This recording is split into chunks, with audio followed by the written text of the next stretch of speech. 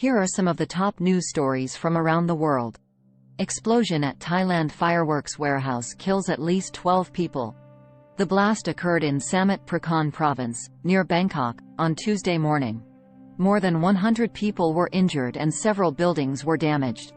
The cause of the explosion is under investigation. American nurse and child kidnapped in Haiti. The victims were abducted by armed men on Monday while traveling in a vehicle near Port-au-Prince. They are part of a Christian aid group called Christian Aid Ministries. Haiti has been plagued by kidnappings and violence amid political and economic turmoil. Colombian president's son arrested in money laundering probe. Esteban Santos was detained on Monday as part of an investigation into alleged corruption involving a construction company. He is accused of receiving bribes and laundering money through offshore accounts. His father, former President Juan Manuel Santos, denied any wrongdoing and said he would cooperate with the authorities. Moscow targeted again as Kyiv steps up drone attacks inside Russia. 2 drones crashed into buildings in Moscow on Tuesday, injuring 1 person and causing traffic disruption. Ukrainian officials claimed responsibility for the attacks, saying they were retaliation for Russian aggression. Russia has denied involvement in the conflict in eastern Ukraine, where pro-Russian separatists have been fighting government forces since 2014. Antarctica is missing an Argentina-sized amount of sea ice, and scientists are scrambling to figure out why. Sea ice around Antarctica has shrunk to its lowest level on record, according to satellite data. The ice loss is equivalent to the size of Argentina, or about 10% of the continent's area. Scientists are unsure what is driving the decline, but suspect it is linked to climate change and ocean currents. Wagner troops moving towards Polish border and could try sneaking across, PM says. Poland's Prime Minister Mateusz Morawiecki said on Monday that he had intelligence that Russian-backed mercenaries from the Wagner Group were heading towards his country's border. He said they could try to infiltrate Poland under the guise of refugees or humanitarian workers.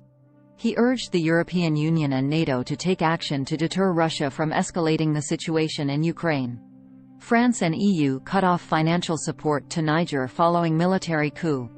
France and the European Union announced on Monday that they were suspending their budgetary aid to Niger after a military coup ousted President Mohamed Bazoum last week. They said they were concerned about the constitutional order and human rights in Niger, which is a key ally in the fight against Islamist militants in the Sahel region. The coup leaders have promised to hold elections within a year and restore civilian rule. Typhoon Doksuri brings heavy rain to North China. Rainfall alert issued for Beijing. Typhoon Doksuri, the strongest storm to hit China this year, made landfall in Shandong province on Monday, bringing strong winds and torrential rain. The storm caused flooding, landslides and power outages in several provinces, affecting millions of people. Beijing issued a yellow alert for heavy rainfall on Tuesday, warning of possible disruptions to transport and outdoor activities. Uncovering a lost Maya city in the jungle. A team of archaeologists has discovered a large Maya city hidden in the rainforest of Guatemala.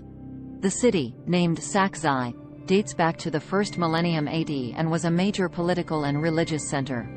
The researchers used aerial surveys, satellite imagery and ground surveys to map the city's features, including temples, palaces, ball courts and monuments.